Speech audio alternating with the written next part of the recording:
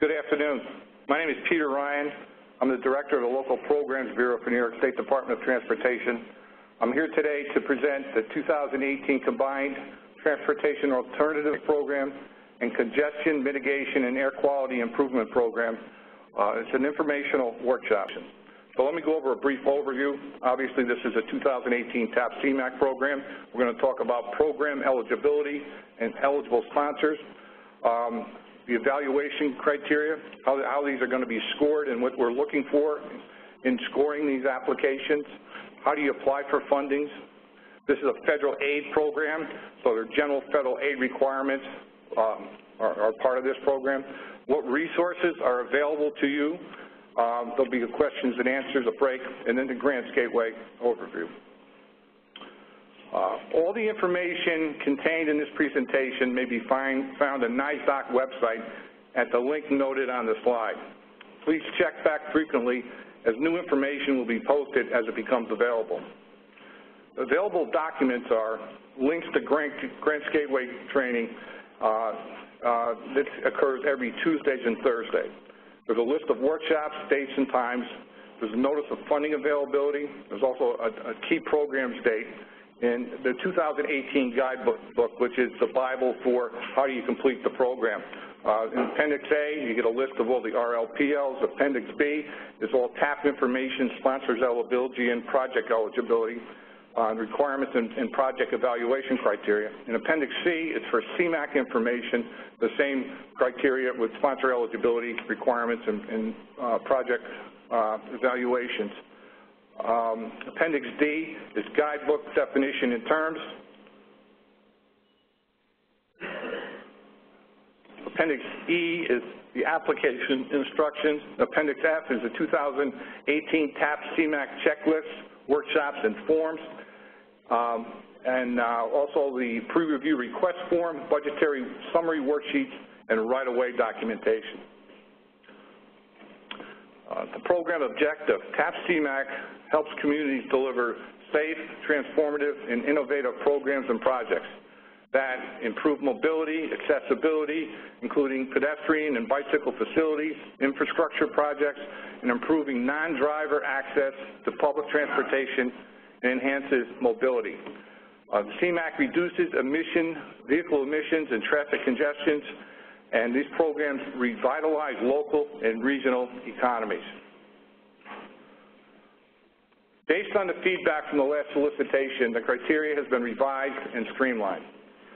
We're looking for match assurance documentation. That means a letter of intent or a resolution.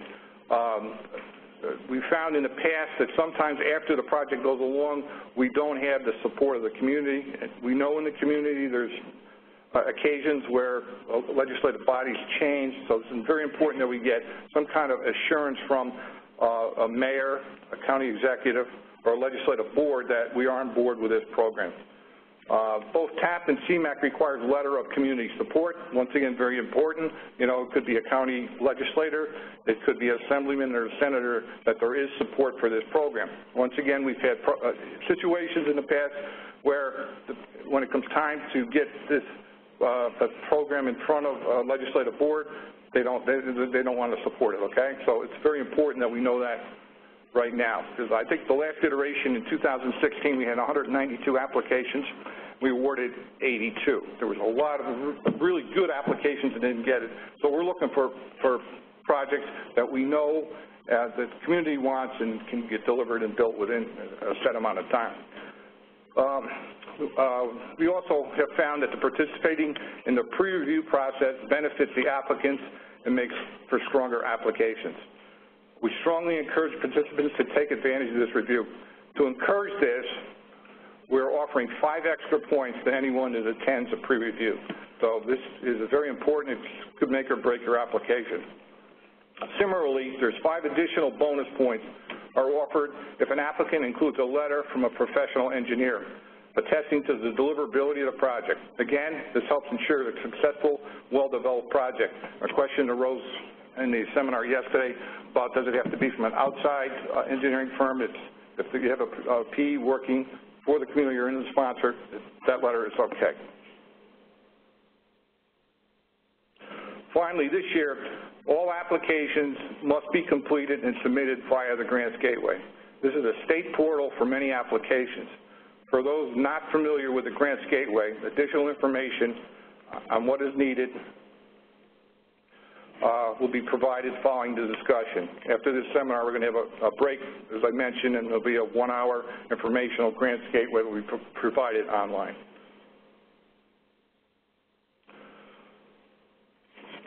For this solicitation, there'll be a total of $100 million available, $56 million for TAP statewide, $44 million for CMAQ.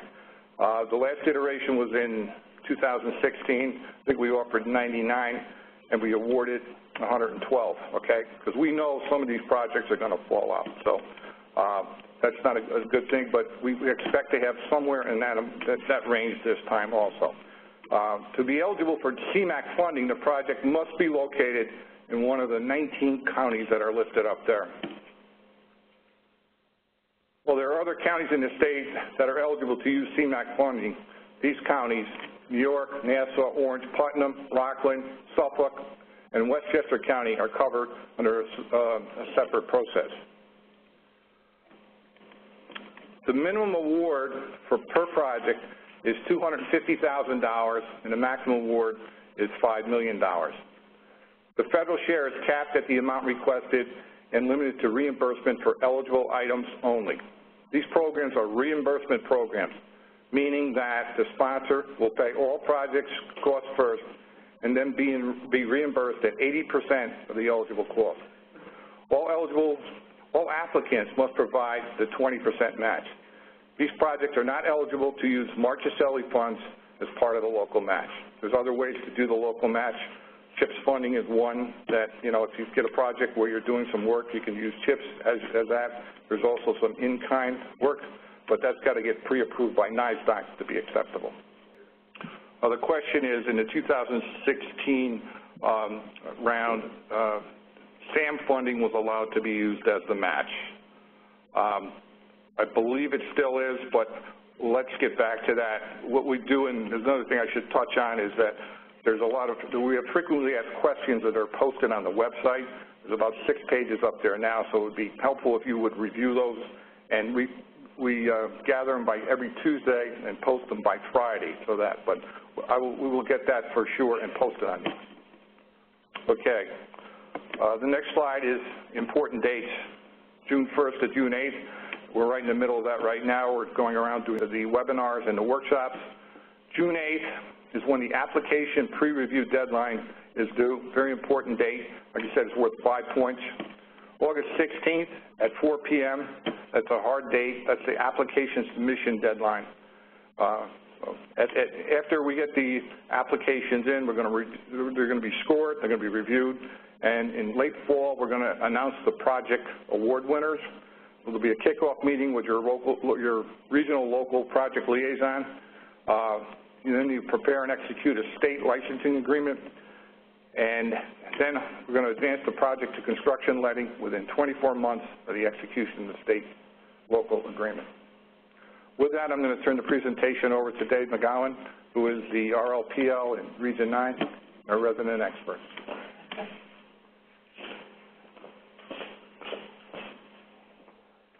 Thanks, Peter. Again, my name is Dave McEwen. I've been with the Region 9 DOT office in Binghamton for 24 years. I've been a local project liaison for 10 years, and I'm currently the regional TAP coordinator. So I'm going to cover aspects of eligibility, the evaluation criteria, consultant acquisition, and the application pre- and final review processes. So every project must have an eligible sponsor, must relate to surface transportation, it must meet the intent of the program and qualify under one of the categories of eligible project types for TAP or CMAQ. It must benefit the public, and it must have documented community support. A project relates to surface transportation by proximity and connection to a highway or a pedestrian and bicycle corridor. It may enhance the aesthetic, cultural, or historic aspects of the travel experience, and it serves a transportation purpose rather than recreation. Examples of some ineligible items that you may have done under other programs include equipment purchases and buildings such as restrooms and visitor centers. Additional ineligible items and work types are listed in Appendix B under the different project categories.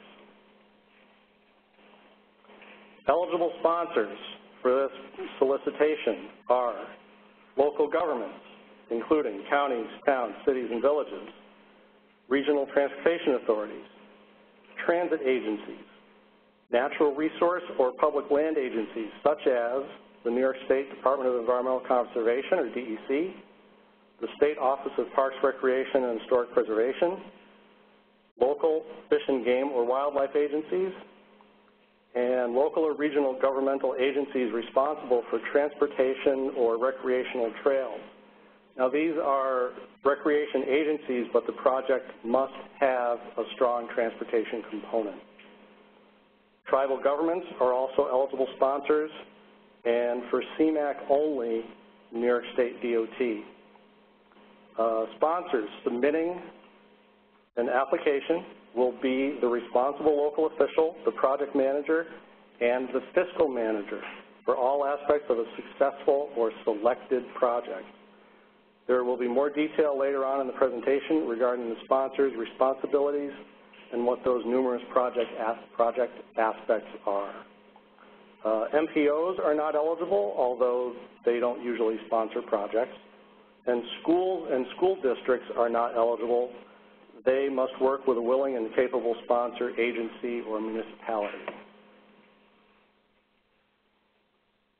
Eligible TAP activities focus on non-motorized transportation, bicyclists, pedestrians, non-driver transportation benefits, and amenities such as the design and construction of on-road and off-road pedestrian and bicycle facilities, projects for improving safety and access to public transportation that enhance mobility, turnouts, overlooks, and viewing areas on designated scenic byways or on National Register listed or National Register eligible highways, conversion and use of abandoned railroad corridors for trails or transportation, projects that make walking and bicycling to school a safe and routine activity. Specific requirements, project selection process, and the TAP evaluation criteria are in the guidebook Appendix B. Recreational trails, although funded through TAP, is a standalone program, and it continues to be administered by New York State Parks and Recreation through a separate solicitation. Eligible CMAQ activities focus on emissions and congestion reduction through projects such as travel demand management or ride-share programs, but also park and ride, employee transit benefits, car sharing, bike sharing, and education and outreach, congestion reduction and traffic flow improvements, transit improvements, including operating support for new services, freight intermodal operational improvements, pedestrian and bicycle facilities, and development of alternative fuel infrastructure and clean vehicle deployment projects. CMAQ projects must demonstrate an emissions benefit, such as the effect of the project on the number of vehicles, vehicle miles traveled, speeds, and vehicle operating characteristics. Specific requirements, project selection process, and the CMAQ rating criteria are in the guidebook in Appendix C. Now we'll talk about the application evaluation criteria, where the general categories are project benefits for non-motorized transportation or for congestion and air quality, project alignment to the TAP or CMAQ program, alignment with local and regional plans, projects, and systems. The essential project management elements, such as the scope of the project, including right-of-way, schedule, budget, including your match funding and your match assurance. And as Peter said, and we'll stress several times, there are bonus points for the pre-review and a New York State professional engineer review. And again, those are both worth They're worth 5 bonus points each, and the intent is to help you develop a better application. This is a competitive process. So applications will be reviewed for eligibility and scored based on the criteria in the guidebook. Only applications submitted by the deadline will be evaluated. Incomplete applications will not score well. Ambiguity will not be interpreted in your favor. So those are the general categories for evaluation, and some of the specifics vary by program, and we'll look at those now. The 3 categories for each program are the same: project benefits, project alignment, and essential project management elements, but some of the details will vary. The most important component, as you can see, is the project management elements, which are worth 60 points: the schedule, the budget, and the ability to deliver the project.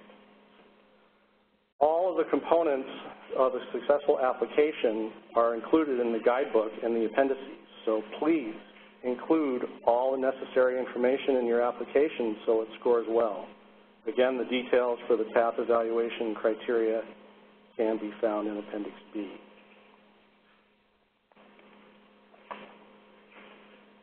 CMAQ has the same evaluation categories as TAP, except that for CMAQ, you need to demonstrate that the project has air quality benefits.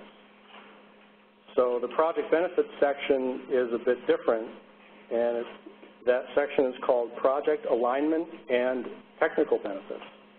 It looks at the project's quantitative impact on congestion and air quality.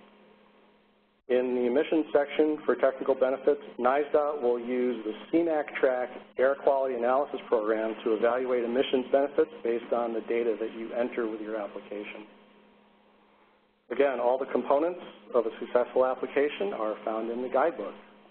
Details for CMAQ are found in Appendix C. So now we'll talk about the detailed criteria within each evaluation category.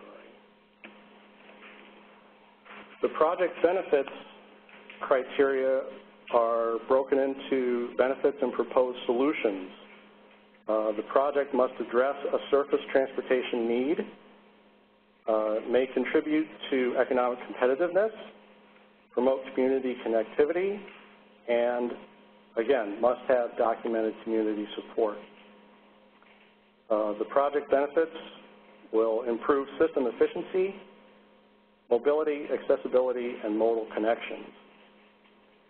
Innovation and creativity is another category in this criteria.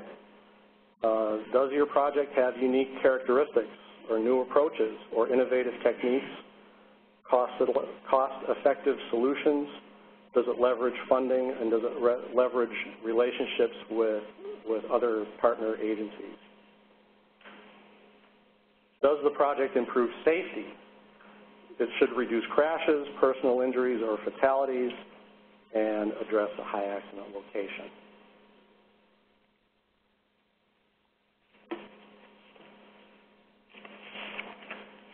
The evaluation criteria, the next criteria of project alignment will contribute another 20% of your project score. So a project is well aligned if it's referenced in a regional, state, or local plan, such as a comprehensive or master plan, corridor plan, scenic byway plan, Americans with Disabilities Act or ADA transition plan, an MPO plan, a plan from your Regional Economic Development Council, if it's on or has a relationship to a designated bicycle route or routes, or a local smart growth or complete streets plan. And you must identify these plans in your project application.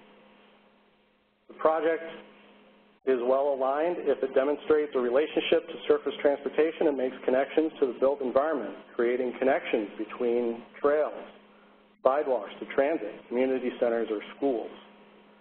The project enhances the trip experience, improves safety, connectivity, or user access, such as ADA compliance. The project expands travel choices or improves access for the traveling public.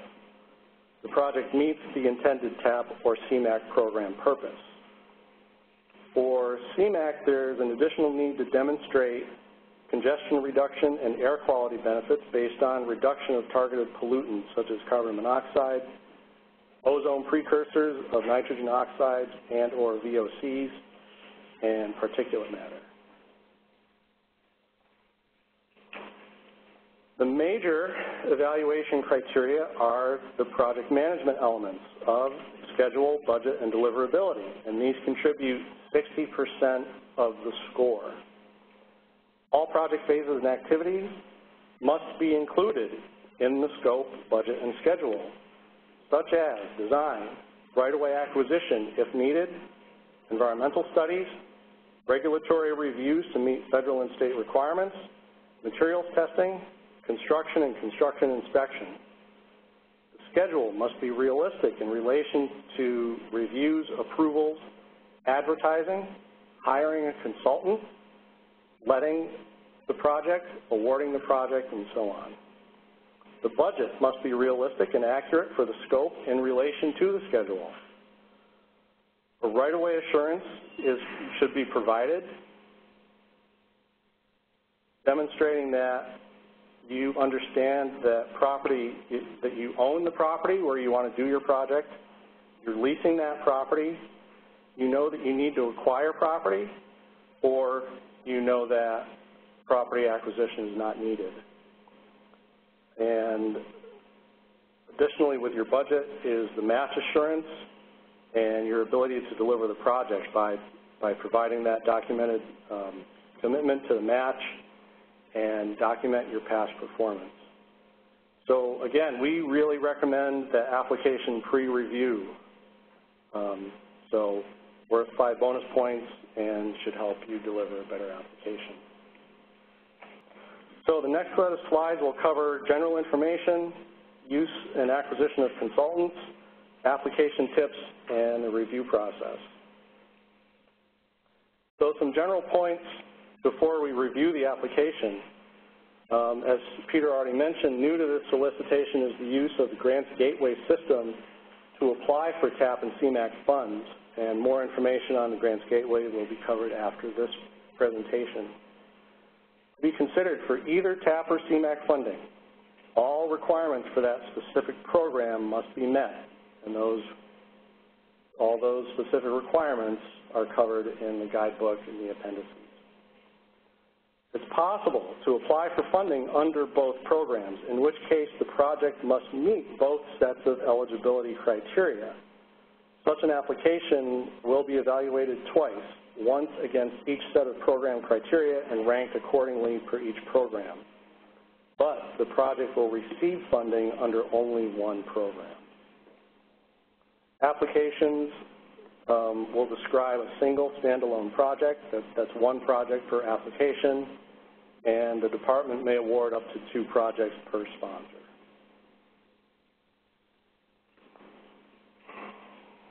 To clarify the use of consultants in application preparation and design, the original advertisement to hire any consultant needs to be clear on the scope of the work to be performed. So if you want the same consultant to prepare all or part of your application and provide consultant services for other parts of the same project, such as design, if your project eventually is awarded, that must be clearly stated in your advertisement. You may use the Local Design Services Agreement, or LDSA, administered by the New York State County Highway Superintendents Association. Consultants must be selected through a competitive, qualifications-based, or QBS process. If you have an existing consultant contract in place, it must have been executed within the last 3 years. Sponsor may use its existing procurement procedures if the procedures meet state and federal procurement requirements. To repeat the earlier guidance, consultants are only eligible to work on the phases such as application development, design, and or construction inspection that are named in the request for proposals or the solicitation. See the Local Procedures Manual, Chapter 6, Section 611, regarding consultant acquisition. And if you're unsure of if your consultant selection process meets federal and state requirements, please contact your RLPL.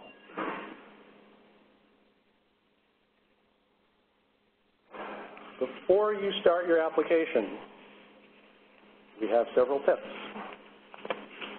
Please become familiar with the 2018 Solicitation Guidebook.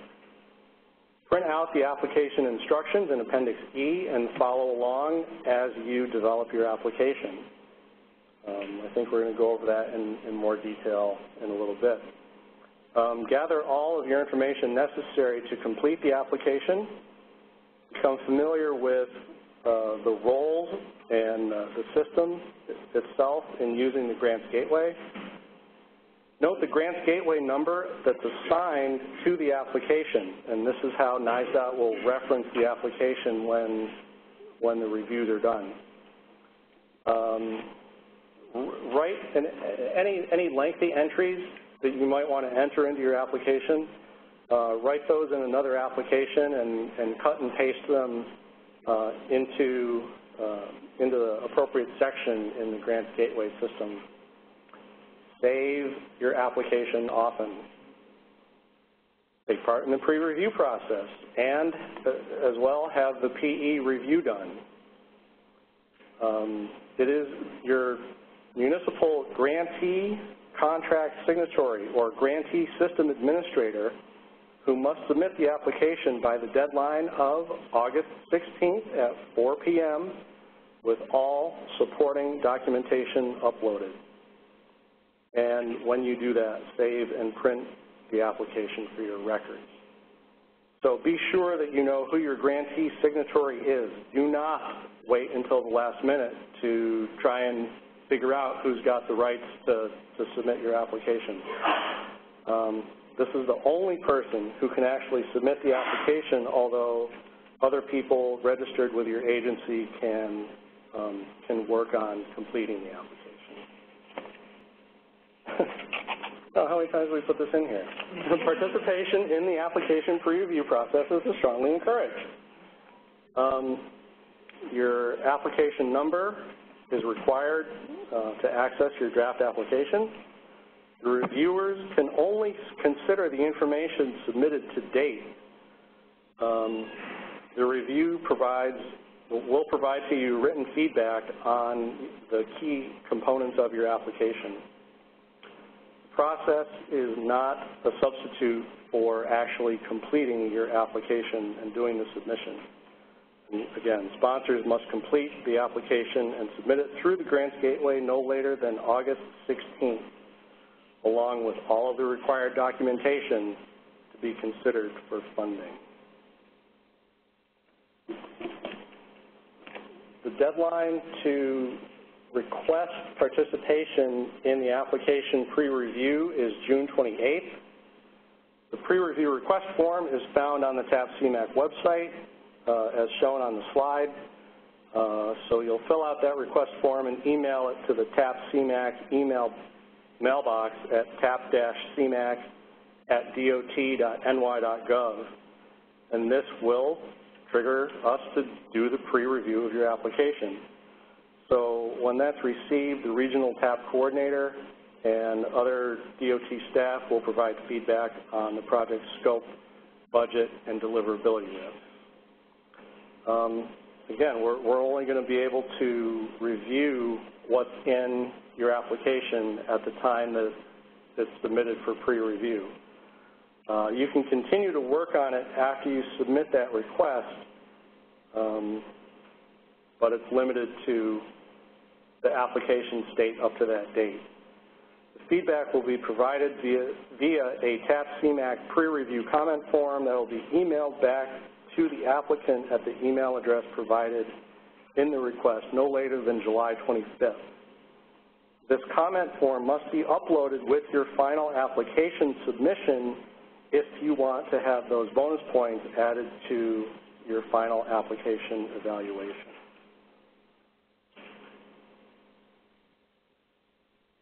And now back to Peter, who will get into the details of the application. Thanks, Dave.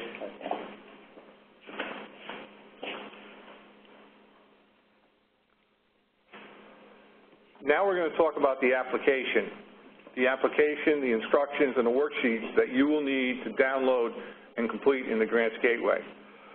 Before you can use the Grants Gateway, you will need to be registered in Grants Gateway and have an SFF, that's a State Financial System vendor ID. Registration in Grants Gateway is required for any entity applying for or receiving state grants funds. This is a screenshot of the program-specific questions that you will see when you log in. Detailed instructions to complete the application can be found in Appendix E of the guidebook. The Grants Gateway ID and the SFF ID are required and must be included in your application. Do not wait until the last minute to identify your grantee contract signatory or grantee system administrator. While other Grants Gateway roles within an organization may start an application, the application may only actually be submitted by the authorized grant signatory or systems administrator. We'll talk on the next session a lot about that. Grants Gateway trainings are available bi-weekly via webinar. Go to the TAP-CMAQ webpage for information about these trainings. A major decision point in the application process is determining what program to apply for, TAP, CMAQ, or both, and to decide on the project category.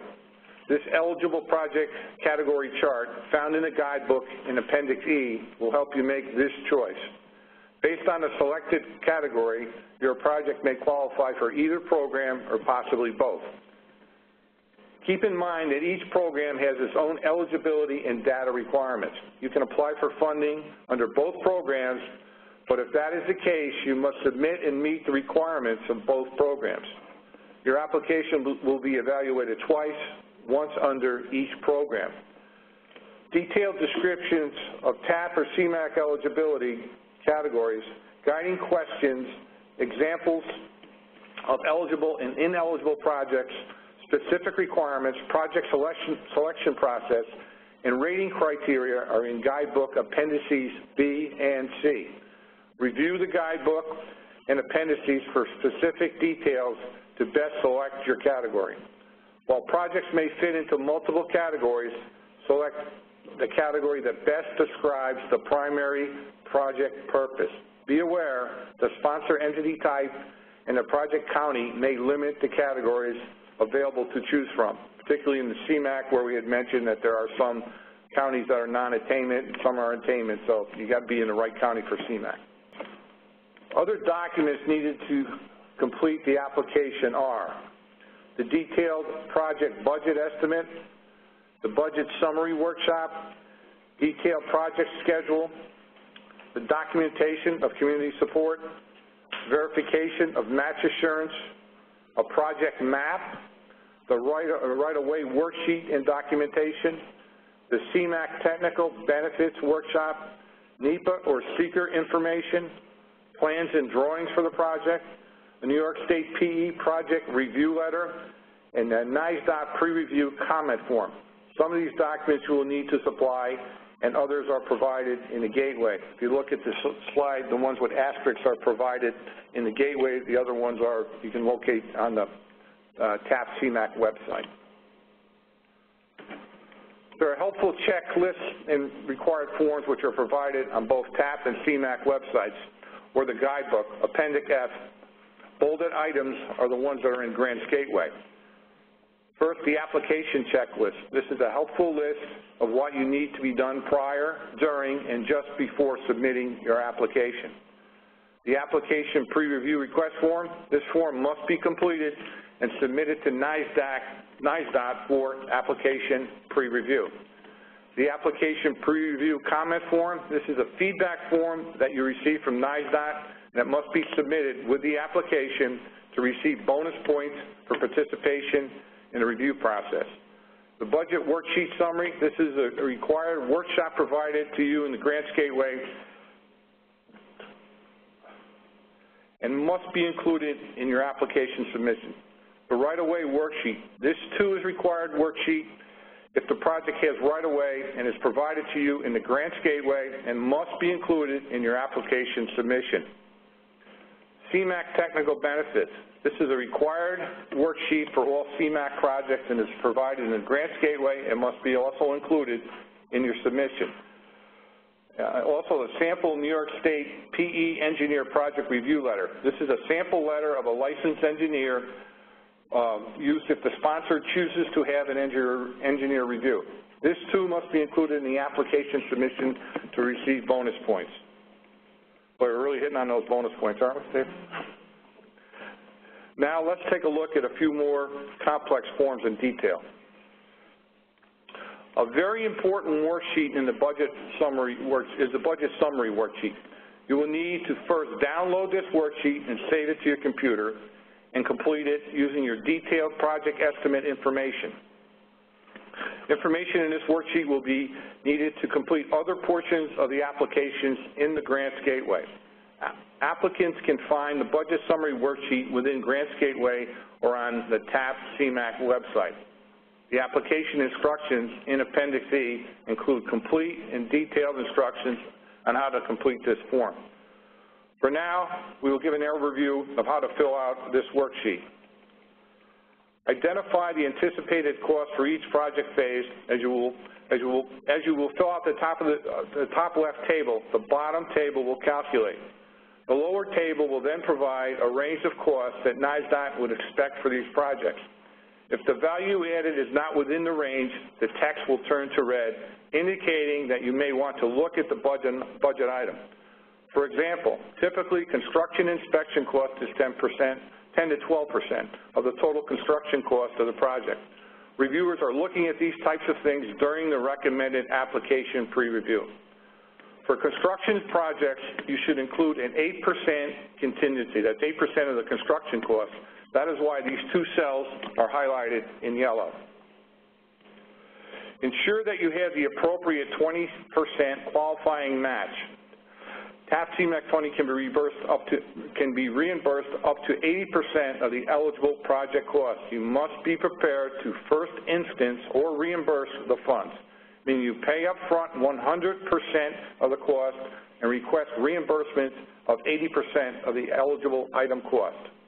Note, right-of-way costs may account for no more than 10% of funding awarded and must meet all requirements under the Uniform Act. Describe all sources of other funds in the budget estimate. With approval from NYS, eligible other funds may qualify as the local match. Here we show how the budget summary worksheet works. And those areas where potential funding problems may become apparent jump out to sponsors and reviewers. You should be able to explain huge differences from the general norm. Project schedule. There's no specific format for this. You must upload this as part of the final application. Questions in the applications will let you indicate where you are in the project development process. This schedule provides additional detail for the reviewers. Projects must go to construction letting within 24 months of an executed state-local agreement through the Office of the State Controller. The further along a sponsor is with a project, the greater the chance to meet this schedule. If you have any additional project documentation, such as seeker, NEPA, or design approval documentation, you could upload these documents as well. Right-of-way documentation. The ownership or control of the property required to implement your project is key. Property is owned, leased, or acquired. Easements, temporary or permanent, are included in this. Proof of any property is readily available. Proof that any property is readily available is important for project implementation. This ensures that your project can meet the implementation schedule for these programs. Proof of readily available right-of-way will receive higher scoring in the selection process. Probably one of the biggest obstacles that we encounter in this program is right-of-way. And everyone comes in and says, I shouldn't say everyone, but a majority of them come in and say there's no right-of-way or we have the right-of-way, and somehow we find out that, we need the right-of-way. So that's very important. Some of the items must be completed at the time of the applications. Others can be completed post-grants notification. Proof of right-of-way may be in the form of highway boundary maps, title searches, or deeds. For work within the highway right-of-way, roadway, or land that is publicly owned by another entity, the owner's support must be documented. For work within NYS right-of-way, a highway work permit must be obtained by the time the contract is executed. This permit is submitted to the county residency where the work is to be performed and approved by the regional director. Also, roadways or land that is publicly owned or owned by another entity, that owner support must be documented. All this is discussed in detail in the guidebook. If your project needs right-of-way, you will be required to download, complete, and upload this form. More information is available in the application instructions. This form provides important information for the reviewer to understand what right-of-way is required and where you are in the process. This is for CMAQ projects only.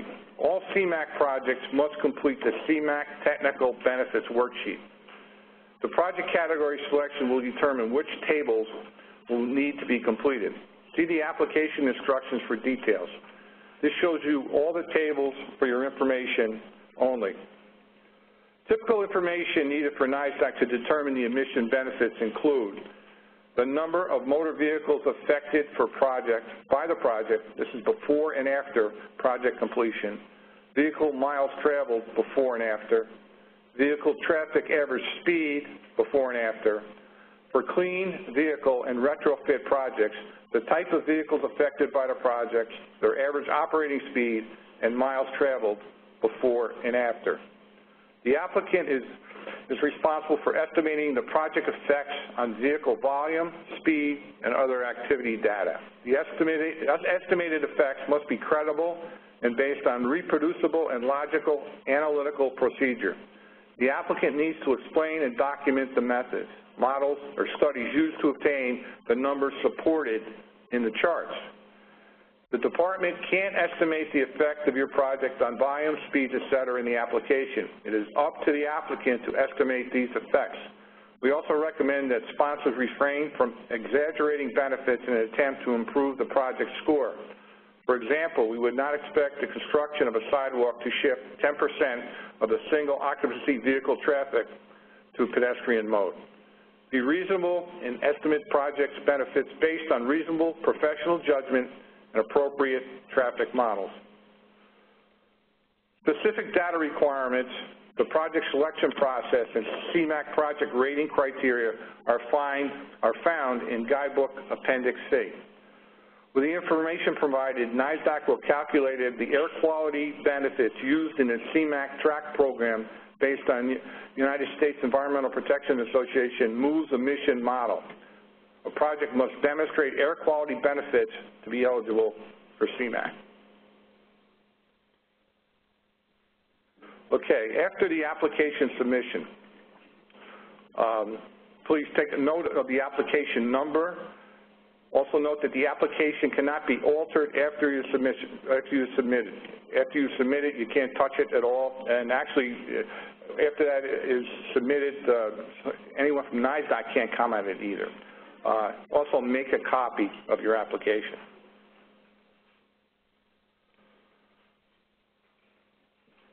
This is a federal aid program. Some of the highlights and the sponsor's responsibility.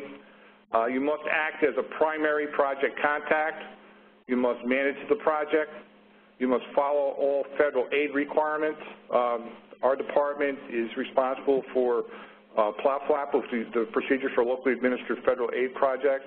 It's a very helpful tool. It's been said before that federal aid is not for the faint of heart, so you must follow all the requirements. And I'll go reach out there right now. If you have any questions, you can contact myself or Dawn, and we'll get an answer about the federal aid because it's a very stringent program, and something that they take to heart. You also must enter into a state-local agreement with NYSDOT. You have to pay the project costs first, then submit the reimbursement request. We keep saying that, and it's very important. Bring a project to construction letting within 24 months of execution of a state-local agreement through OSC. Letting is also a bid. You know, we're trying to get these projects to fruition. The last iteration, I think it was 18 months that we said. This time we went to 24 months because we know there's right-of-way and some other issues. But any project that you have that's shovel-ready is going to probably hold up well over the scrutiny of the reviewers.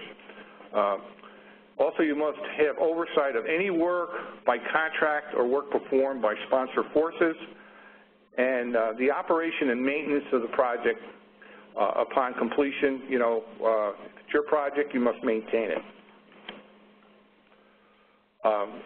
I mentioned earlier this is a federal aid requirement. Thus, you know, you must comply with all the civil rights compliance, including ADA and DBE, also all environmental documentation, NEPA and SEEKR, and you must, and there's post-project maintenance and operation responsibility. They are, you must maintain the facility for the life of the project.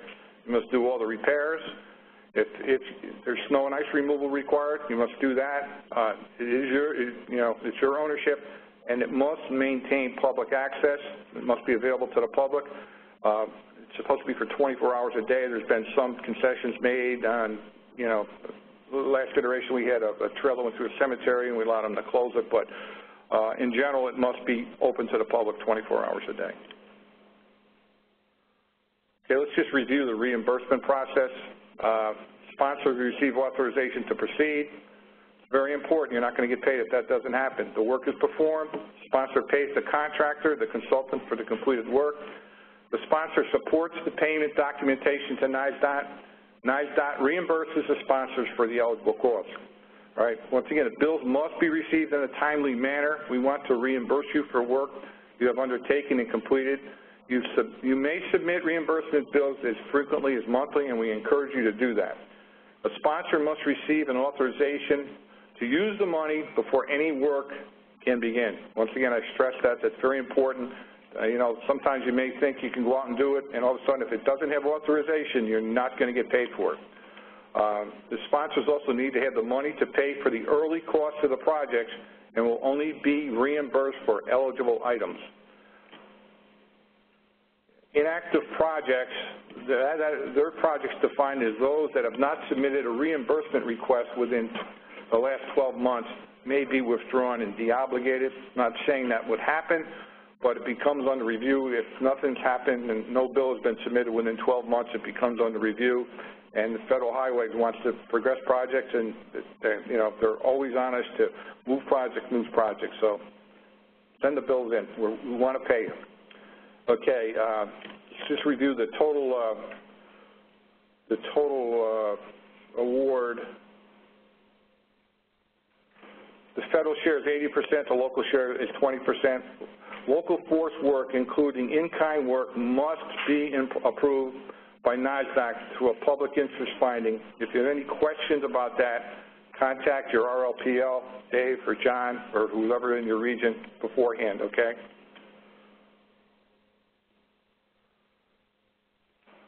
This slide just has some other federal aid guidance. Once again, I mentioned the PLOFLAP, the Procedure for Locally Administered Federal Aid Projects. It's online on the NYSDOT website. You can refer it. It's up to 19 chapters right now, Dawn. It covers everything from soup to nuts. And if you have any other questions about it, contact Dawn or I.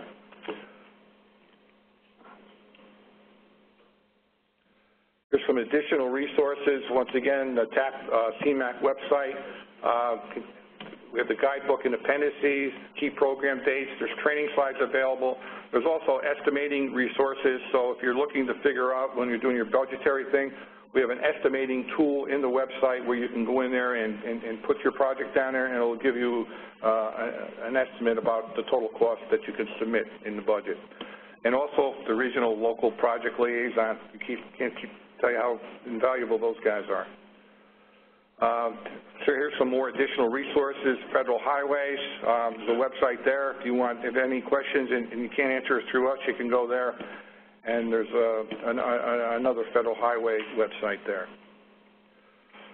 The top takeaways from today's workshop, the due dates are very important. There's no wiggle room in there. The application pre-review, June 28th. The final application, August 16th at 4 o'clock. Document and submit the community support. Once again, we sit there and there's 192 projects last year. We awarded 80. We wish we could have awarded more. So make sure that you have support with the community. The bonus points for the PE and application pre-review, that's 10 points. That could put you over the top. You got to bring a project to construction letting or implementation within 24 months of an executed state local agreement. It'll take you a while to get that agreement done. We'd like it to be done within 3 months. So sometimes it takes us 6 months. So after that, you have 24 months to get it executed, and after that, you got 36 months to get it to construction completion. And all told, that's 5.5 years. That's a pretty long time to bring a project, So we're looking, once again, to get these projects done. They're great. The neighborhood loves them. The community loves them. And, whatever you can do to get these projects done, that's what we're looking for, projects that are shovel-ready and can get completed. Also, this is a reimbursement program with a 20% sponsor match. All applications we submitted through Grants Gateway, and there's only one project per application. You can submit more than one project, but only an application. Don't wait to the last minute to get this done because there's a lot to, you'll see later on with Grants Gateway, there's a lot to these applications. First of all, we'll start with the Grants Gateway technical help. We have a help desk here in Albany, and it's manned from 8 to 4 every day. You can email us, call us, or visit the website. So email, you can see right there, grantsgateway@its.ny.gov. That's written in several of the documents you have as well. So is the phone number, 518-474-5595. And then you can go to the website, grantsreform.ny.gov, and I'll go to that in a few minutes. So a couple things about registration. I know some of these things you've heard already, but we just want to reiterate and make sure it's clear. So all entities that wish to apply for grants in the state must be registered in the Grants Gateway. And this is a process that includes actually physically printing out something, getting it notarized, and mailing it into us. So if you're not registered yet, it takes the time for you to fill it out and send it to us and us receive it. By the time we get it, it takes us only 5 minutes to get you set up in the Gateway. Unless you don't have an SFS vendor ID. So your municipality would need to have an SFS vendor ID. If you've already done work with the state, you probably have one. But if not, that's an additional 2 or 3 days to get that, to obtain that. So, it's, again, one of those things we really don't want you waiting till the last minute or even the last week to do this. Get started ahead of time.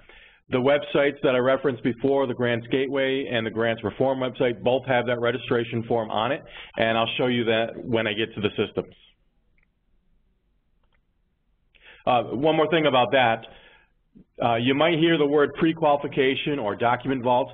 That does not apply for municipalities, so don't worry about it. That's a step that only not-for-profits have to do, and it's fairly time-consuming, and be happy that you don't have to worry about it as a municipality. So the Grants Gateway has access based on roles, and whatever role you log in as, you're allowed to do certain things in the system. What we do is we let you decide who at your organization gets what role. And we do that by setting up this grantee delegated administrator. So what we do is when, oops, I didn't want blue here. We'll go with red. When you fill out your registration form, you're filling out at least 2 names, and they are the people that will become the grantee delegated administrators in the Grants Gateway.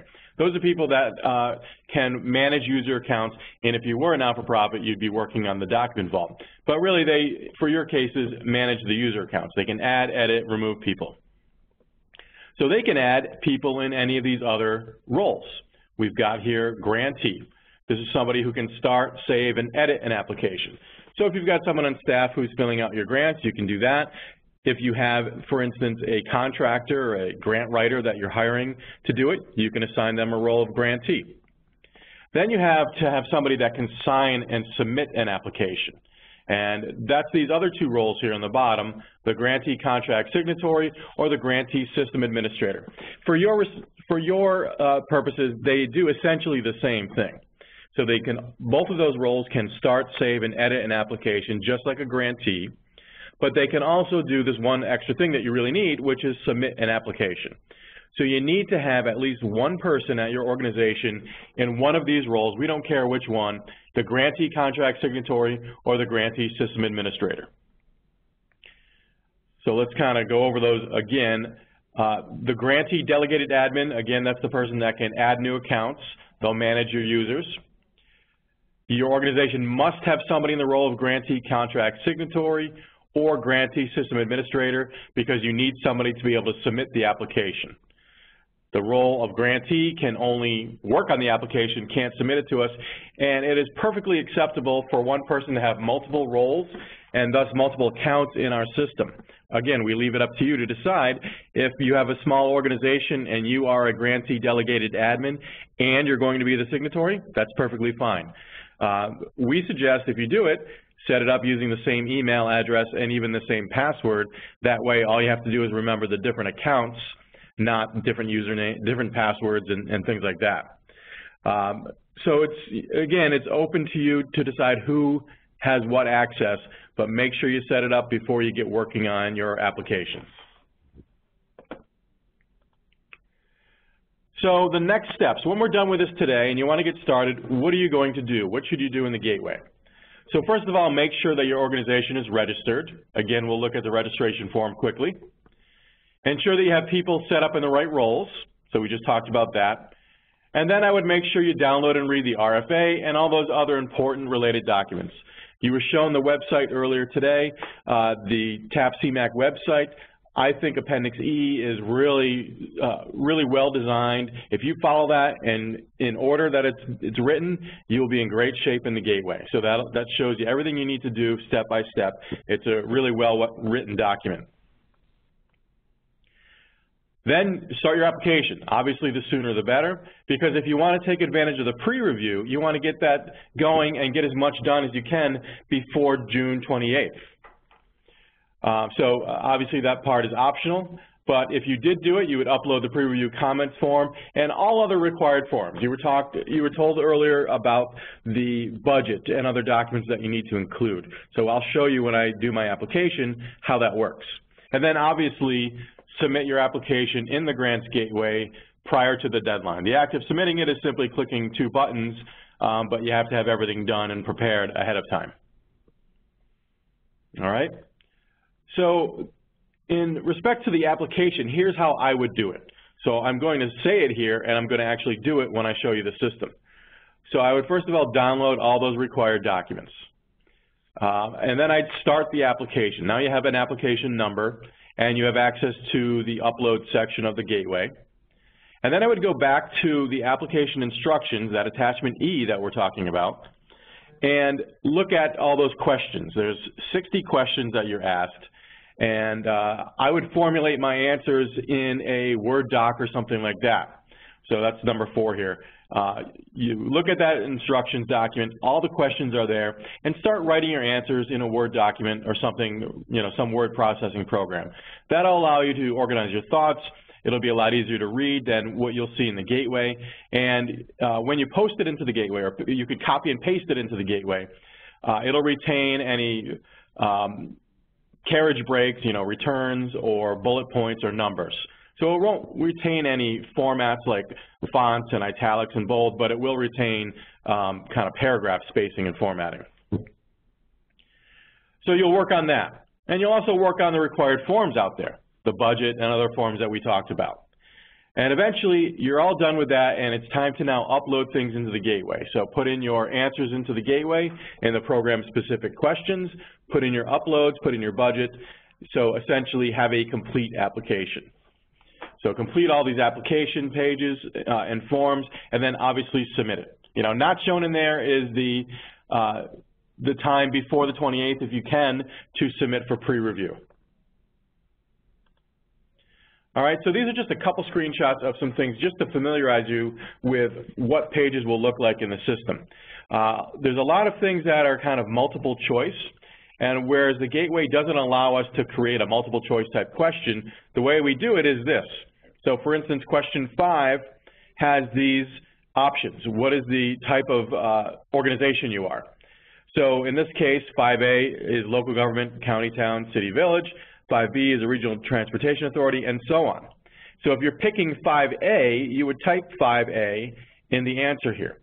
So it leaves you a text box to type in your answer, and you type in the answer based on the code or number that corresponds to what you are, or to what your answer is. Some questions are text, some questions are dates, some questions are numbers. So 8 and 9 are numbers, and the instructions explain what those numbers mean. So I'll show you that when we get into the system. There's also upload pages. The Grants Gateway in the Forms menu that we'll be working in has a page called the Pre-Submission Uploads. And in there is where we give you templates that you can download and space for you to upload what we are asking of you. So it's kind of hard to read maybe on this small screen here, but this click here, that's a template where we've given you something to download, fill it out, and save it to your computer. Once you save it to your computer, you click this Browse button, find it, and once you hit Save in the Gateway, it'll attach it. So that's how that works. And then the project budget.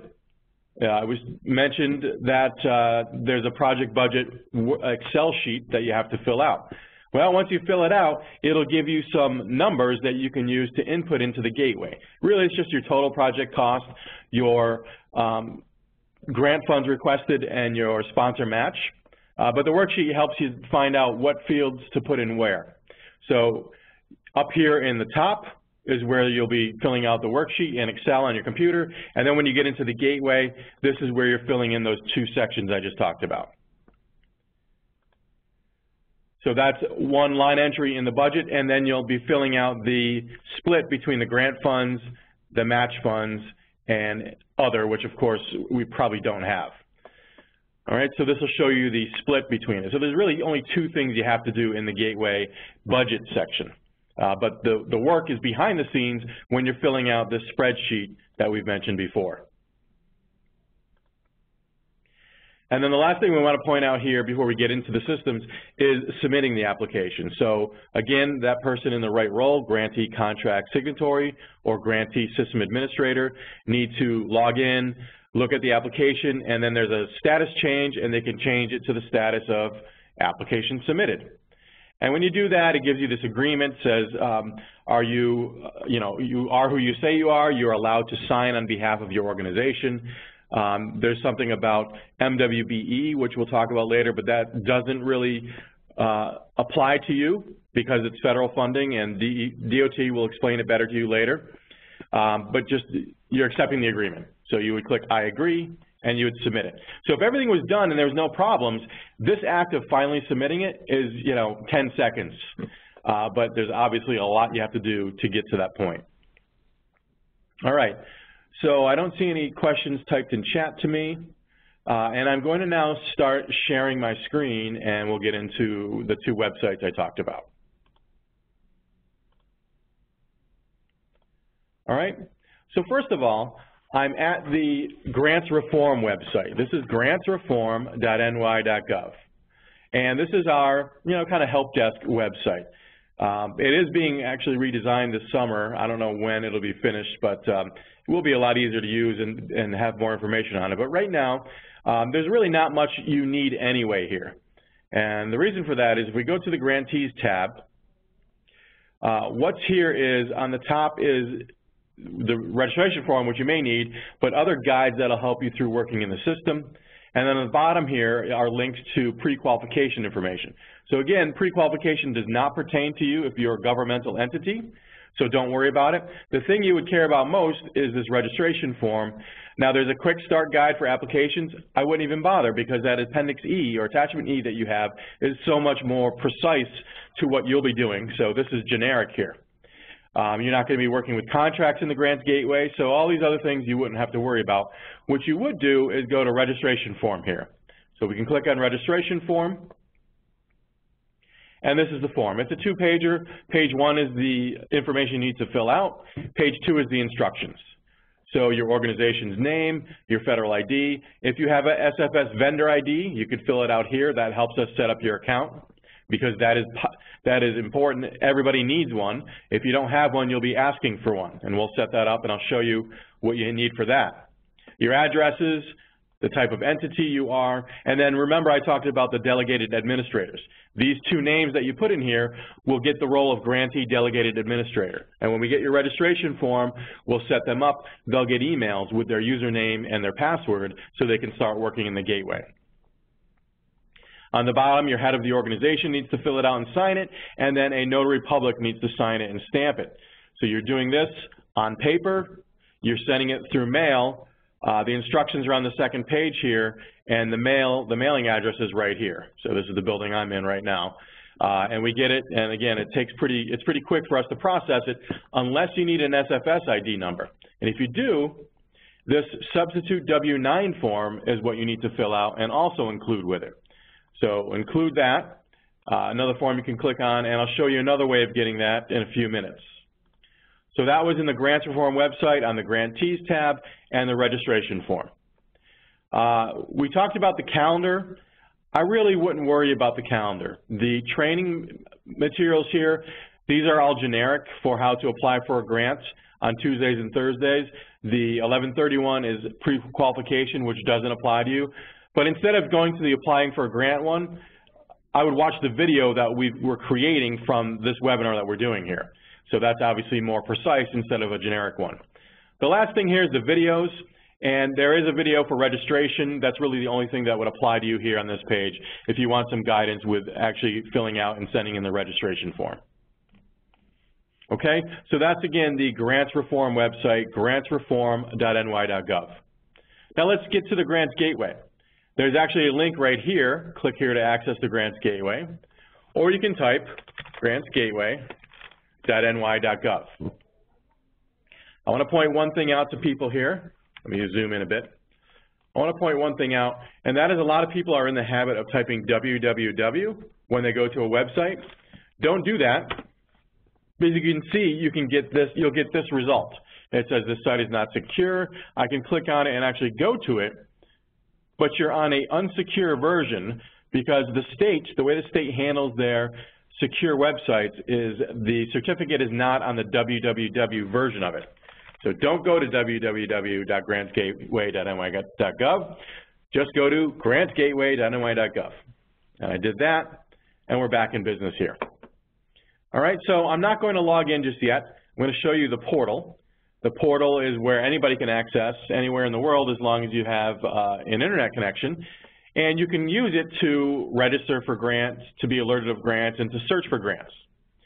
So the registration form that we talked about before, right down here in the bottom right, request access now. If you knew your SFS vendor ID, you could type it in here, and then it would tell you who your delegated admins are. And if not, here's the substitute W-9 form, and here's the registration form, and it tells you to follow the instructions on that form. So that was the registration part of it. Notification, it's too late now for this one, but if you wanted to, you could sign up for to be alerted via email of any other grants that are posted in topics that are of interest to you. So fill out your name, email, and that information up top, and then select the type of grants you're interested in. For instance, if you were interested in public transportation services, you would have received an email when this grant was posted a few weeks ago. So that's notification. And then finally here, browse and search. You can look for grant opportunities that are out there. So if I click on search now, I'm going to search for the TAP-CMAQ one. I could search on the agency. I could go to Department of Transportation and see everything that they have out there. And you can see there's a list of a bunch of things here. Some are closed. All the other ones are not in the Grants Gateway. The only one that's available in the Gateway right now is TAP-CMAQ. I could narrow that down, though. I could just type in TAP and hit search. And in that case, I have 3 results. Of course, the one on top here is the one we're talking about. So what does it show you? the name of the agency, the name of the opportunity, it's currently available, who can apply for it, the date it was posted on May 18th, and then the date it is due, August 16th. So if I click on this link here, I can find out a little bit more about it and see what the profile looks like here. So again, just remember, I haven't logged into the gateway. I've accessed the portal, and I'm just searching. I'm not a user that's allowed to apply yet. All right? So, Grant Opportunity ID. You were told earlier that you're going to have a unique ID number for your application. It'll be this ID plus a 5-digit number. So, DOT-01-TCMAQ-2018-00025 or something, or 00025. Something like that. So you'll see when I start my application, I'll have a unique application number. The agency is Department of Transportation. We know the name again, contact name, paragraph about what it's about. And then on the right here, we have a couple of other lines of information. Right here is the link to the website. So again, if you need to get to that TAP-CMAQ website, which you do, here's another way of getting to it. I'll click on that in a few minutes. The application due date and time, again, 4 p.m. on August 16th. So we don't want you hitting the submit button at 3:59 and 22 seconds. You can, and if everything's fine, you'll be fine. But if you, didn't realize that you had something that you forgot to fill out or something wasn't complete, you'll get an error and you'll miss the deadline. So that deadline is not changing, and the gateway is not forgiving for anybody who waited to the last minute. So, we keep pointing that out, but it's very important. People inevitably miss it and then complain about it, and we say, you were warned many times, and we can actually look at timestamps of when people actually worked in the system. Q&A, that's also done on the TAP-CMAQ website. Who can apply for it? And then remember that email list I told you about. Anybody who had signed up for these 3 items would have been notified when this was posted on May 18th. So the 2 links here. View Grant Opportunity, if I click on that, that is going to be the RFA. So it's a Word document. It's, basically going over the background, information about it, talks about TAP and CMAQ. It'll provide links to the website that we want to get to, talks about funding availability. So I'm not going to go through all of this, but it talks about the evaluation criteria as well. How are TAP projects evaluated? What's the weight of each section? How are CMAQ projects evaluated and the weight of each section? And then the last page is the links that we talked about. So that one link here is the most important, is the TAP-CMAQ link. And that's up here in the announcement link. I can click on it and get to the website. So if I scroll down a bit, there is the list of links and documents available to me. I'm not obviously going to go through all of them. These were things that were explained to you during the earlier part of the presentation. But I will point out some things I'm going to use here. The application instructions, I've been referring to this Appendix E. Certainly you need that. Again, if you follow this along the way it says, you'll be in great shape. The other thing I want to look at is, which one was it? The program, where is it? Well, first of all, the pre-review. So your pre-review form is going to be right here. I'll download this eventually and pretend to fill it out and show you what you need to do with that. And the most important to me is the application instructions, and I would follow that. I'm actually going to click it right now, and we'll keep it up here as we're working. All right, so that was the TAP-CMAQ website. We haven't logged in yet. Let's do that, and let's get into actually working on the application. So you would click on the login here, and it would you'd put in your username and password. Now, I'm actually not going to do it in our live system here, so I'm just going to go change this and go to a testing system that we have.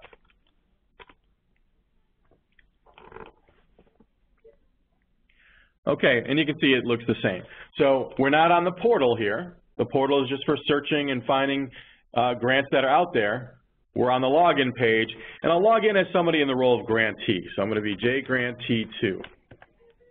If you didn't remember your password, you can click on Forgot Password, and it'll email you a temporary one to reset it.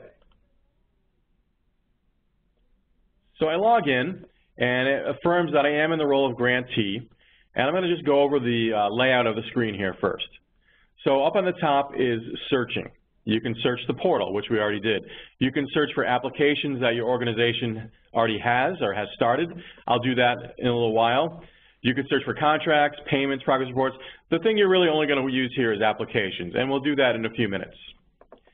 The black bar is kind of reference. You've got a link to some training materials, those documents I talked about before. Your organization, this is where if you were the delegated admin, you could set up the users, change, add someone or change somebody or something like that. Profile is your personal profile. So this is where I could go in and change my email address or my password or something like that. And then log out would obviously log you out. This blue bar, there's nothing here now except for show help. But as we go through, we call this the action bar because on there will be the save button and add button and other things that will get you going, allowing you to save the pages that you're working on. So I'm going to go from the bottom up here on this, the main part of the page here. On the bottom here is my tasks. So I can see I have one task. And what I did before this webinar is I filled out an application, or I started to fill out an application, because there's, so there's 60 questions that you have to answer, and I wasn't going to make you all sit through those 60 questions. So I've got them pretty much filled out. So if I click on Open Task, this is an application I started, application number 17. So DOT-01 TAP-CMAQ 2018-00017. I'm application number 17.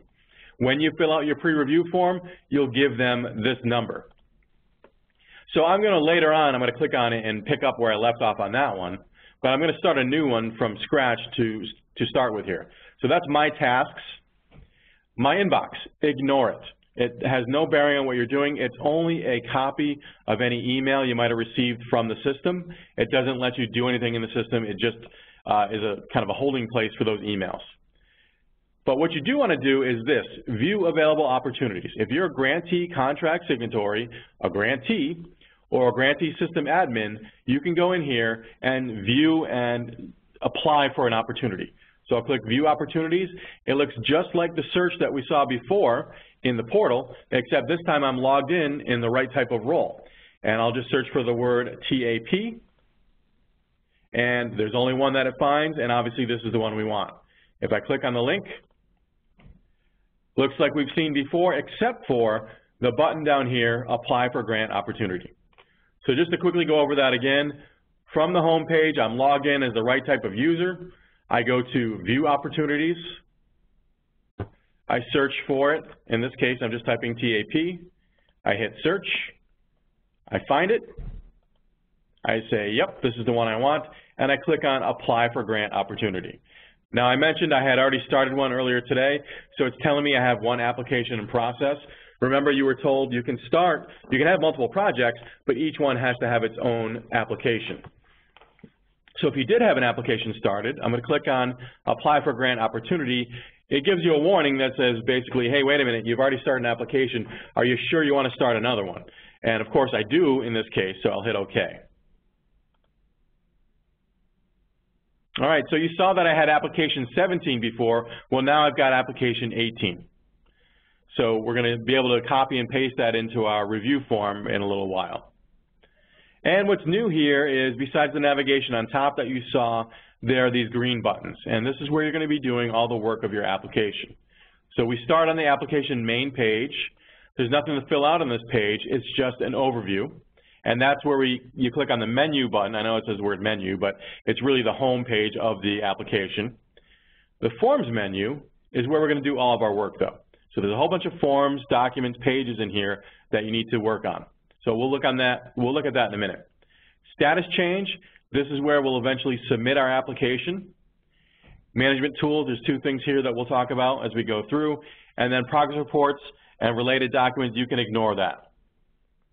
Those are related to if you have a contract in the Grants Gateway, and DOT is not going to be using the Gateway for contracts. So we want to go to the Forms menu. You could hover over it, but I'm going to click on it and see the whole menu here. First section, ignore, contract document properties. Again, you're not going to be using the gateway for a contract if you were awarded one, so it doesn't pertain to you. Next section, application information. You can print the application. Ours is blank, so no point in doing it just yet. Another link to the RFP, another link to that Appendix E, the application instructions, which I already have open right here. And then application versions we will use in a little while when we're done. This will be one PDF that encompasses your entire application, all your answers to the questions, your budget, and any attachments you've provided. So the part where you actually have to start filling out your application begins here in program information in project site addresses. All right, so I'm going to click on that and start filling out my application. So this is going to be the Anytown Highway Department, and we're at 123 Main Street, and we are in Anytown, New York. We'll call it Albany County, and I'll say my zip is 12345. Now you've got the regional council and agency-specific region. What does that mean? If you're familiar with the governor's regional economic development councils, REDCs, that's what this is. It wants to know which REDC you're part of. So if you don't know, if we go to this Appendix E, and we go down to the question or the section that we're on, so again, just follow this in order. It talks about help for the application, talks about the preview, the dates, and then it gets into the checklist. Oh, that was what I was looking for before. I'm sorry. I was thinking it was separate. It's not. It's part of this. This checklist, you really should be filling out and refer to it before you're submitting the application. And then it gets into the actual logging into the gateway and finding the application like we just did. I'm going to scroll through here a bit. And project site addresses, there are links here to help you answer regional council and agency-specific region. So if you don't know what regional economic development council you're part of, click on this link here and it'll be brought to the guidebook and find it on page 2. If you want to go to the, if you need to know what regional office for DOT you're part of, click on this and you'll be able to find that out. So I'm going to go back to the gateway and I'll answer those 2 questions. I'm in the capital region, and let's say I'm in Regional 1, Albany, and I'll hit save. So that was easy enough. When you save something, you get the green light. It says the page has been saved, or the information has been saved. I didn't miss anything that was required on this page. The required things are items with a red asterisk. Well, what if I didn't include something that was required, and I tried to hit save? So it gives me an error. The project name description is a required field. The good thing is that I didn't lose what I've done here. It'll save partial pages. It just will never let you submit your application unless you've addressed all these required fields in the whole forms menu. So I'll put that back in, hit save, and this page is done. All right, so I'll go back to the forms menu. I could hover on it and click, or I'm just going to click on the forms menu and go to the next section. So I mentioned before about the timestamp. The forms menu shows who started it and at what time, and when was the last save made on that page. So let's go to the program-specific questions. So the questions are here, and remember you were provided those questions in the application instructions document. So I'm back in the application instructions, and as I scroll down, here's question number 1, question number 2, all these different questions. So if I were you, before you get to filling out the answers in the gateway, I would go in a Word document and maybe even print this out. You know, I always am against printing out things, but in this case, if you're 5A, you circle 5A. If you are 1 through 11, we're going to put 11 or 1 or whatever it is, write it down here. And then the questions that require actual text answers, for instance, provide a clearly defined, well-developed, and concise project description. Include how the project relates to and addresses a surface transportation problem need. You know, in your Word document, you would fill that out. That way, when you come back to the gateway, you can just copy and paste your answers here. Now, a lot of these you can type live in the gateway. It's not going to take you too much time. But my project title, it's going to be the Anytown Multi-Use Path. Salutation, Mr. First name, Jeff. Last name, Test. My title will be Town Supervisor. So you can see, you can fill out the fields here. Your phone number. So I'm not obviously going to fill all these out and make you watch me do this. I've got one filled out, but I want to show a couple things. First, I'm going to hit Save here. So this is a page that has 60 questions, and a bunch of them are required, and it gives me this list of errors when I hit Save that, wait a minute, you missed all these questions. That's fine, though. I can leave, I can log out, I can come back another day or later in the day, and I can pick up where I left off. It'll remember the answers I put in. But there is a timeout in the Grants Gateway, and that was mentioned earlier in the PowerPoint as well. And the timeout is 20 minutes. So if I'm sitting here, let me go to one that requires text. And this allows up to 4,000 characters. And I'm sitting here typing, and I get a phone call. And then I get up and go get a water or something. If 20 minutes elapses, it'll log me out of the system, and I didn't hit Save yet, so everything I put in here is gone.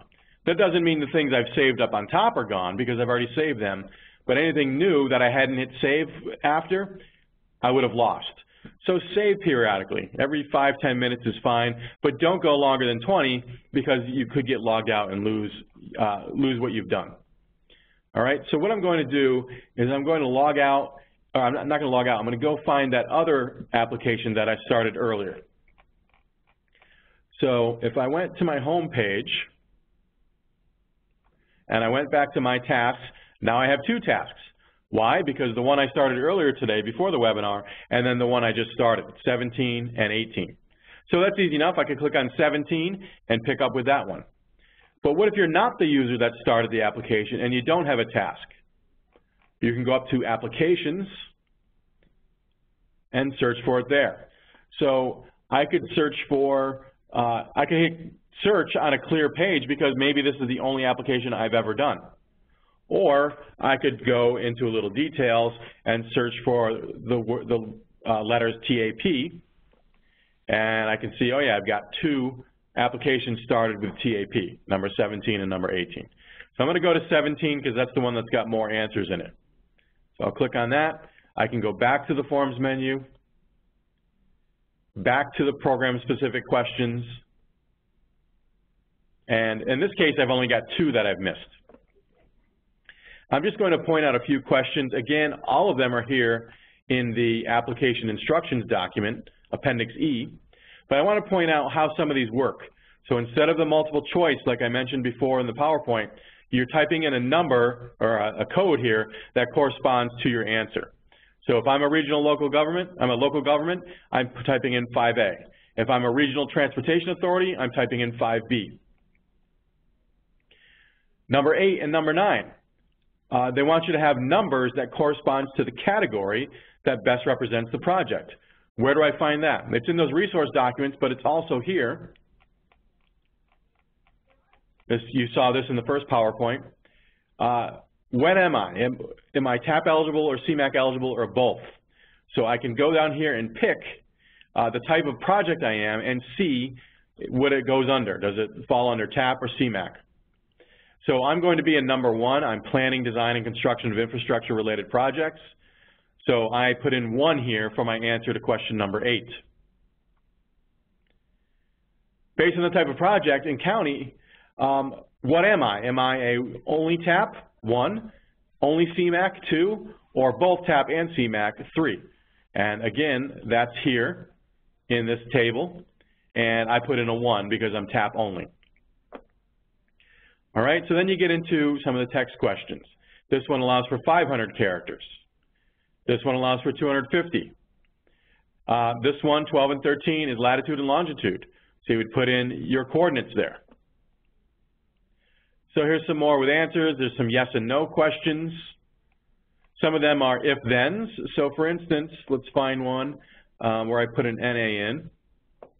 So here's some answers that are numbers, another yes-no. Here's another one where it's a multiple choice or a select from below. So what is the status of my project? It's at 29D. It's in final design status. Let me go find something okay, so here's one. If I answered 31 as 31A or 31D, not started or in process, I'd have to explain that. But since I didn't, I picked a 31C because I'm at environmental determination complete, I just write in NA. I have to write NA because with the red asterisk, it's a required field. So just putting in NA satisfies that requirement. So you have to type something in them if it's related to your response, but if not, you type NA. Again, more selection options here. And some of them have dates as well. This is a date picker that you've probably used on a website before, so very similar. So I've gone through and I've filled out all these questions, and I forgot to answer, or I didn't yet answer 58 and 59.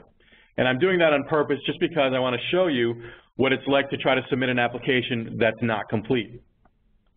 But let's just say for the sake of argument, I am done with this page, and I went back to the Forms menu, and I now need to get into the next section, which is my budget.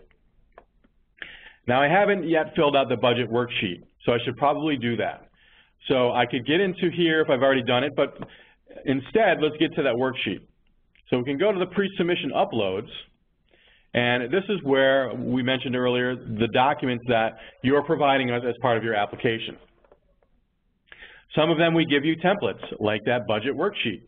Click here to download the worksheet, fill it out, and then browse to add it here. So these are all the documents that you need to provide. There's red asterisks for those that are required. The pre-review form, if you filled it out, is not required because not everybody has to do it. But if you did get the comment form back, you would attach it here. And I will do the pre-review form. The budget estimate, so this is any format you choose, uploading your budget, but then you're actually filling out the budget worksheet, and that's what I'm going to do here in a minute. Your project schedule, community support. If you have multiple items, there's a couple ways of handling them. One is you can only make one upload per line here. So if you had multiple items of community support documentation, combine them all into one PDF. But on the bottom, we do give you a couple other spaces here, 5 other spaces for other things you might need to upload. So you can put that there as well if you've kind of got some overflow of information. We don't want, you know, things that are well beyond the scope of what we're asking for. We don't want your project, it's not better because it's longer. It's better because it's got the included things that we require and it's easy to understand. All right, so I am going to download this budget worksheet. Now, in this test system, I can't just click on it because it'll give me an error. You would just click here and download it. I just have to copy the shortcut and fix the address here. So you wouldn't have to do that. You would just click it, and you would get this Excel download. I'm opening it, and I'm enabling editing. Zoom out just a little bit here. And I would fill out this form. So I'm not going to. It's pretty self-explanatory, but this is where you fill out your budget, and you'll come up with your total project cost, your funds requested, and your match. Okay, so those things are going to be plugged into the Grants Gateway. So I've filled this out. I've saved it. It's probably a good idea, after I just save it, to go here, back to the Gateway, go to the to the budget summary worksheet, click on browse, and attach what I've done. Now, obviously, I haven't done it. I'm just going to take a sample PDF here and upload it, but you would have the real Excel that you're putting here. So if I hit save,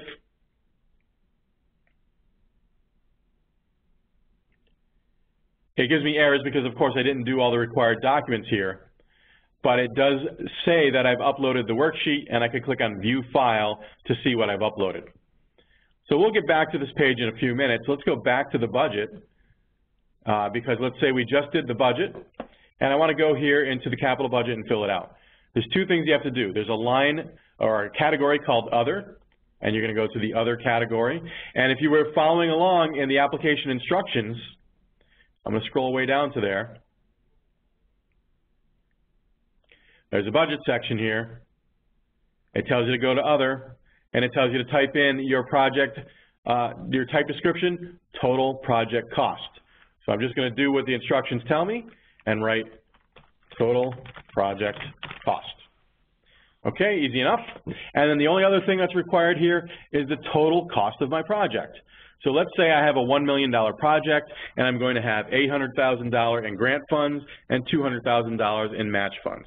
So I'll type in 1 million here and I'll hit save. So that's all you need on this page, the words total project cost and the actual total project cost.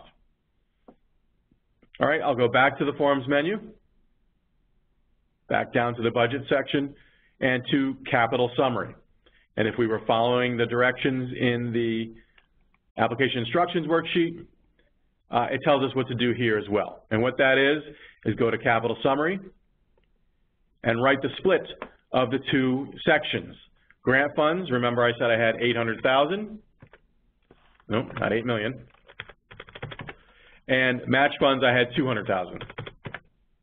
And nothing in other funds, obviously 800 plus 200 equals 1 million. If I hit save, everything's good. Information's been saved, it adds everything adds up right, and we're good. What if I made a typo here? What if I even made it off by $1? 200,000 and $1, and I hit save. It gives me an error because it knows 800,000 plus 200,000 and $1 does not equal $1 million. So I would never be able to submit my application unless these numbers match.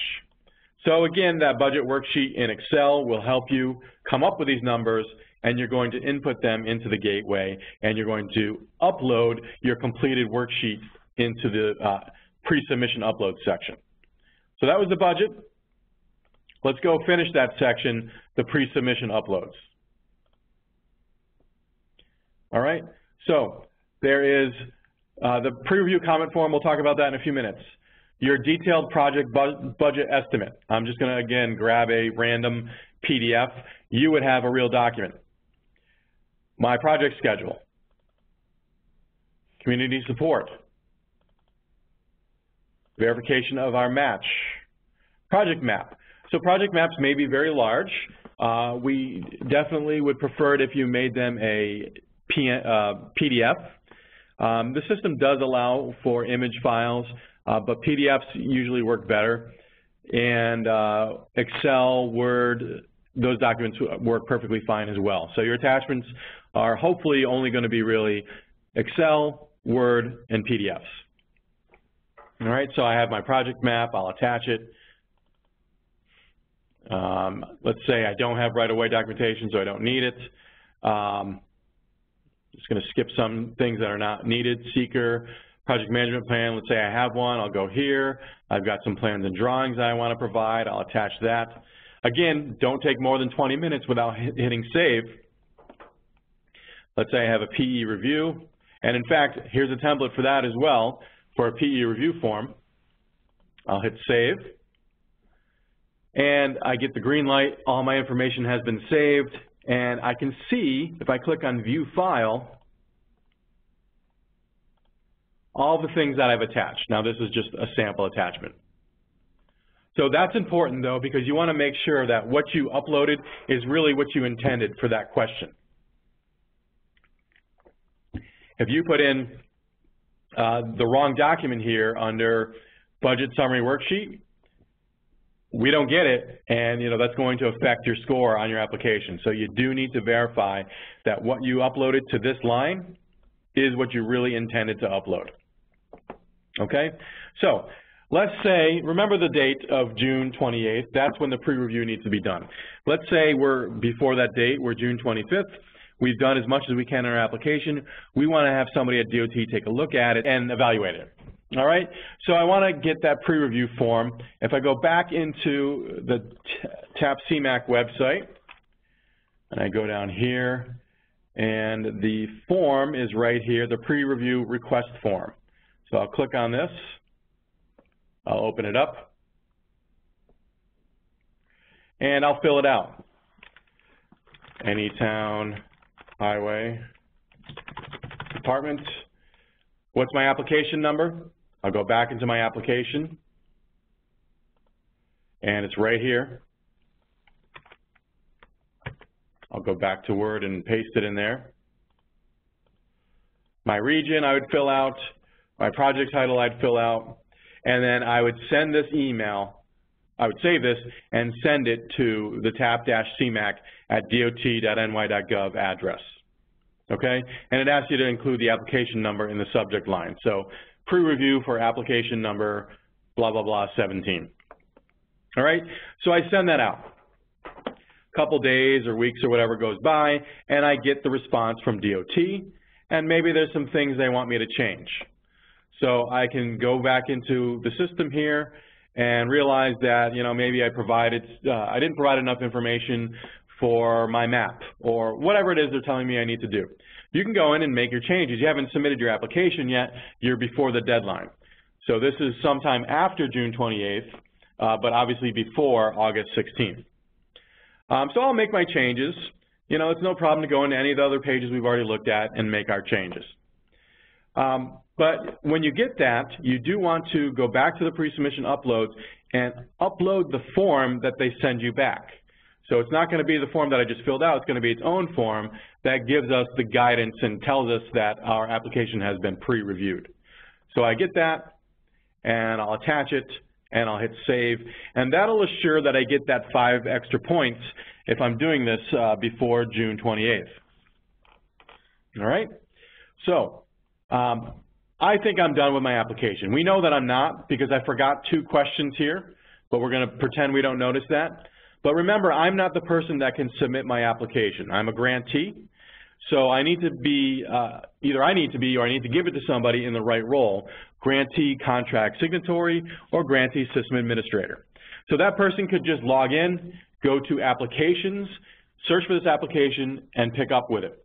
Or I can give them a task if I'd like. This way it just makes it easier instead of them having to search. If I'm in the application and I go to Management Tools, Add Edit People, I can find their name, and the person I'm looking for is Jeff Signatory, and I can hit Save, and when he signs in, he'll actually have a task now that he's assigned to it. So again, that was in the application itself, Management Tools, Add Edit People. What does Management Tools Check for Errors do? Or check global errors up here? It looks to see for any fields that I missed that had required fields with red asterisks. I'm going to ignore this, but you should do that before you submit it. So let's log in as that person that can submit my application. That's going to be J Signatory.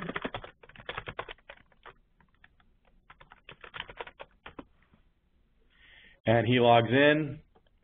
And as we should expect, I have a task because I was just given the task. So I could click on Open Tasks, click on Application 17, and work on it. Or I can go up to Applications, search for TAP, hit Search. Of course, I have 2 of them. One of them is assigned to me, the other one wasn't, but I want to do number 17, so I'll click on that. So I'm back in 17. So I strongly suggest you have at least 2 sets of eyes looking at it. The person that filled it out, and now this other person who's going to submit it.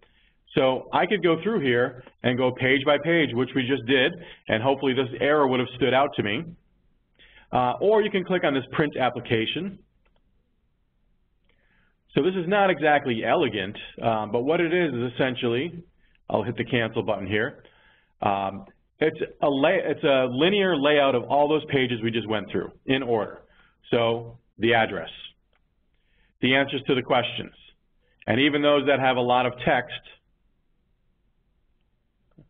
you know, some of them with text, I would see all the text here. So there's all the answers to the questions. Here is the budget. So here's one with a long answer right here. But some of them could span, you know, more than a page. Here's my budget, the $1 million total project cost, the split between 800 and 200, and here's the uploads. Now, it doesn't actually let me click on the uploads I've provided. It just says that I did something here. So again, if you want to double check your uploads, the real only way to do it is go to pre-submission uploads in the Forms menu and click on the View File. So I do strongly suggest you do that just as a final check before you submit your application. All right? But I'm done. I'm done with my application, and I'm ready to submit it, and obviously it's before the due date of August 16th at 4 p.m. I want you to notice one thing is the status. So our application is currently in the status of application in process. That'll change when I submit it. So let's try to do that. We know it's not going to work because I'm going to have an error, but if I do status changes, application submitted, it says, wait a minute, you still didn't fill out question 58 and 59. So if I was doing that at 3:59 and 22 seconds, I probably don't have enough time to actually do it and then get back before the 4 o'clock deadline. If I had 20 errors, that'd be a lot bigger story. So again, you know, we've said this many times, please don't get yourself into the position where you're doing it at the last minute and you're running out of time. We don't want to deny you because of that. So I click on program-specific questions. I go down to 59 and 58. 58 was it submitted for pre-review? Yes, actually it was. Did I upload a copy of the pre-review comment form in the pre-submission uploads? Yep, I did. Did I have a PE review it? Yes, I did. Did I upload the copy of the PE in there? Yes, I did. So I'll hit save. So now I've answered 58 and 59. Now I'm really done, and I'm now really going to submit my application. So again, we're in application in process right now. I'll go to status change and apply that status of application submitted. And I agree to that agreement we talked about before. And it processes. And we're done. So my application is now in the status of assignment of reviewers. All right, and that's where it'll sit until 8/16 or 8/17 when they start looking at these applications. So one last thing that happens, or a couple things here. How do I know that I submitted my application? So number one, it's in that status of assignment of reviewers. Number two, I will receive an email that says, congratulations, you submitted this application. And number three, a little more subtle, is I don't have that task anymore. If I went to home and looked at for my task, I don't have any tasks, so it doesn't even show here. So 3 ways. The status changes, you get an email, and you no longer have a task. Now I can still search for it. I can go to applications, search for TAP, click on number 17, which happens to be an assignment of reviewers. I can look at any of the things I've done, but I can't actually save any pages anymore. If I go here to program-specific questions, there's no more save button.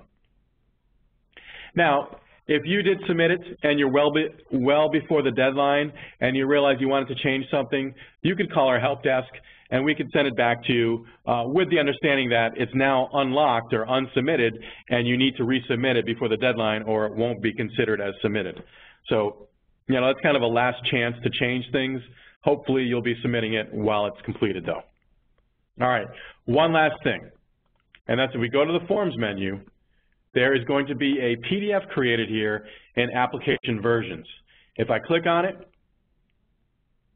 there would be a version here, it would be version 1, submitted by my name, the role that I used, and a link to the PDF. So it takes about 5 or 10 minutes to do that.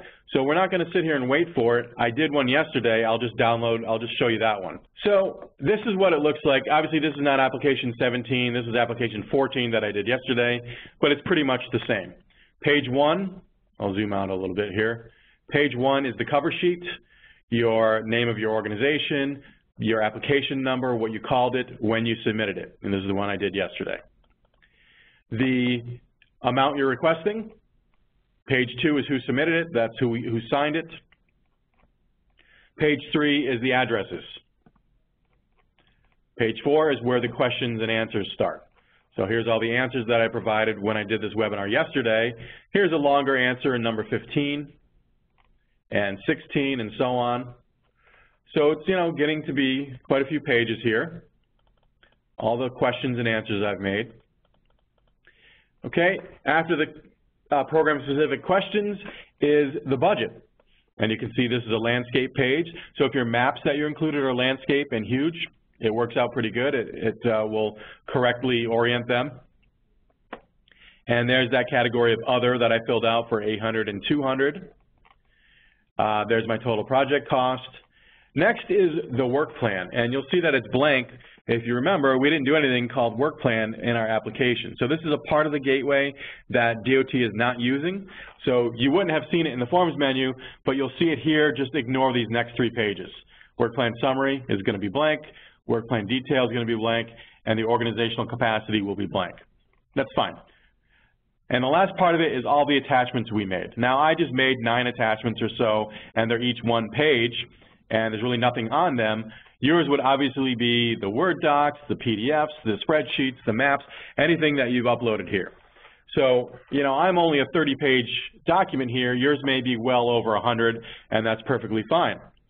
So just realize the order in which you're going to see, and let's see if I've talked long enough to see if the actual one appeared here in application versions.